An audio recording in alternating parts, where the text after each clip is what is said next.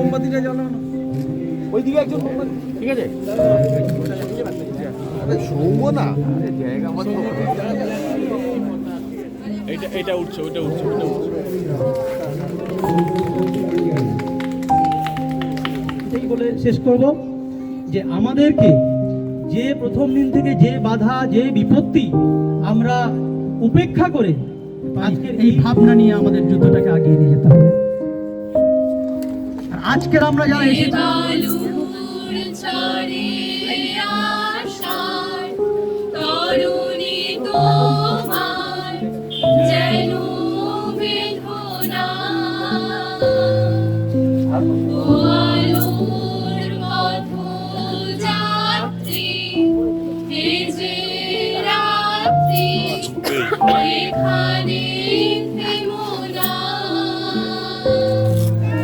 পুষ্পার্ঘ্য নিবেদন করবে ডাক্তার তাপস প্রামাণিক দ্বারা। এরপর পুষ্পার্ঘ্য নিবেদন করবে ডাক্তার সপ্তদীপারী। আন্দোলন করে অন্যায়ের বিরুদ্ধে কথা বলে আমরা কোনোদিন কোনো ভুল করিনি। আমাদের বরাবরই কিছু জিনিস নিয়ে, কিছু পদক্ষেপ নিয়ে প্রশ্ন ছিল, সন্দেহ ছিল। আমরা সেই সন্দেহগুলো তুলেছি, প্রশ্নগুলো তুলেছি, এবং সেইগুলোর যথাযথ যতদিন না উত্তর পাচ্ছি, যতদিন না বিচার পাচ্ছি, আমাদেরই আন্দোলন চলবে। কারণ আমরা জানি যে এইরকম সময় মানে কেউ হয়তো করতেই পারে, মানে সেটা সত্যি অভিপ্রেত নয়। মিডিয়া প্রাইভেটে গিয়ে প্র্যাকটিস করাটা, যেটা যদি কেউ করে থাকেন সেটা অবভিয়াসলি অনভিপ্রেত একটি ঘটনা। কিন্তু উনি যে হিসেবটি বলছেন, আমার মনে হয়নি সেটা মানে ঠিক, বা সেটা আরেকটু যদি তদন্ত করে বিস্তারিত জানানো হয় তাহলে ভালো হয়। প্রত্যেকের ভাবা উচিত এই আর.জি. করের ওই 9 তারিখের ঘটনার পর থেকে কি কি ঘটনা ঘটে গেছে। তাতে সমস্ত দিক থেকে দেখা গেছে যে প্রশাসনের একটা উদাসীনতা, এবং প্রশাসন কিভাবে এভিডেন্স ট্যাম্পারিং থেকে শুরু করে প্রত্যেকটা বিষয়, মানে আপনারা জানেন অলরেডি, সেই জন্য একজন গ্রেপ্তারও হয়েছেন, এবং হসপিটালের যিনি কর্তৃপক্ষে ছিলেন তৎকালীন, আমাদের যিনি প্রিন্সিপাল, তাকেও গ্রেপ্তার করা হয়েছে। এবং এই জিনিসগুলো কিভাবে হয়েছে, কেন হয়েছে, সেগুলো অবভিয়াসলি একটা প্রশ্নের ব্যাপার, এবং সেগুলো অবভিয়াসলি বিচারাধীন একটা বিষয়। হয়তো অনেকেই ইনভলভ আছেন বা হয়তো নেই, এই সমস্ত কিছু নিয়েই বিষয়গুলো মানুষের মধ্যে দানা বাঁধছে, এবং আমার মনে হয় যারা বিচারের ব্যবস্থায় আছেন তাদের মধ্যেও সংশয় বাড়ছে, তাই হয়তো পাইনি।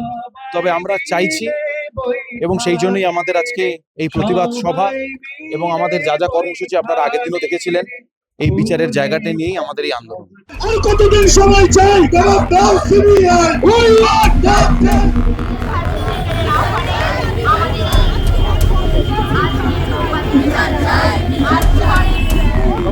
হ্যাঁ হ্যাঁ হ্যাঁ হ্যাঁ হ্যাঁ।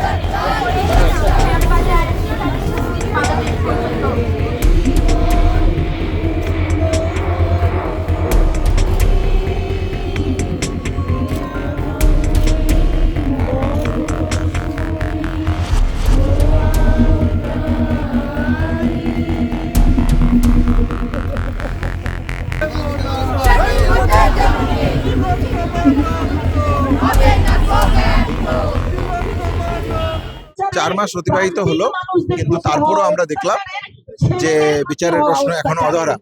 তাহলে এটা ঠিক অধরার যে জায়গাটা থাকছে, সেটা নিয়ে আমার যেটা বলার বক্তব্য, সেটা হচ্ছে যে এই ঘটনায় যদি সঞ্জয় রায় একা জড়িত হয়, তাহলে তার মোটিভ কি ছিল, উদ্দেশ্য কি ছিল, সে কি মোটিভে এই ধরনের কাজ করেছিল, সেটা সিবিআই চার্জশিটে পরিষ্কারভাবে আসা উচিত। যদি আমরা যেটা মনে করি যে সঞ্জয় রায়ের একা এই করা সম্ভব নয়, তাহলে একাধিক ব্যক্তি জড়িত থাকে, তাহলে ক্রিমিনালরা এখনো চারপাশে ঘুরে বেড়াচ্ছে বলে আমাদের মনে হয়।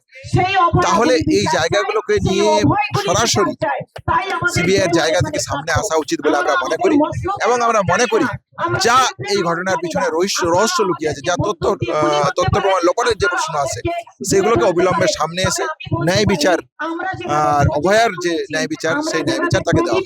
আমরা আন্দোলন করার জন্য যে একটা ঐক্যবদ্ধ হয়েছি, এই জায়গাটা মনে রাখবেন।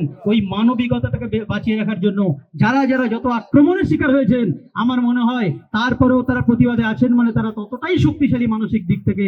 এবং ওই যে মানসিক শক্তি, অন্যায়কে অন্যায় বলার শক্তি, ওই শক্তিটাকে আমরা কুর্নিশ জানাই, এবং ওই শক্তির পাথেও হয়ে আমাদের নতুন ভাবে এভাবে পথ চলতে হবে। এবং এই বিচারটা আমরা কোনোভাবে ভুলবো না এবং ভুলতে দেব না।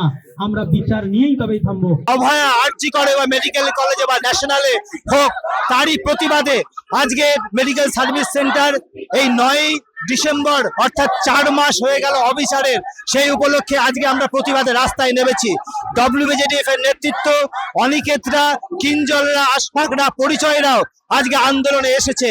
পরীক্ষা আজকেই সবে শেষ হয়েছে, তার মধ্যেই থিওরি পরীক্ষা আজকেই শেষ হয়েছে, তার মধ্যেই ওরা কিন্তু বিশ্রাম না নিয়ে এই পথে নেমেছে আন্দোলনকে জোরদার করতে।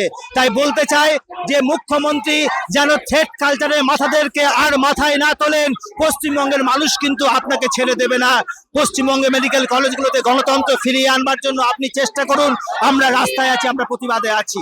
আর কতদিন সময় চাই? জবাব দাও CBI. We want justice. We demand justice. We deserve justice. আন্দোলন যতদিন আমরা ন্যায় পাচ্ছি ততদিন আরো দুর্বার গতিতে এগিয়ে চলবে। আপনারাও আপনাদের মদত করে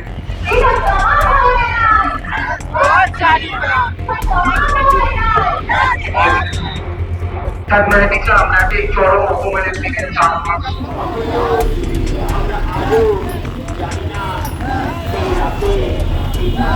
ভয়ার ভয় নাই, রাজপথ ছাড়ি নাই, তিলোত্তমার ভয় নাই। পাড়ায় পাড়ায় আপনারাও ন্যায় বিচারের দাবিতে আন্দোলন জারি রাখুন। লড়াই থামেনি, লড়াই থামবে না।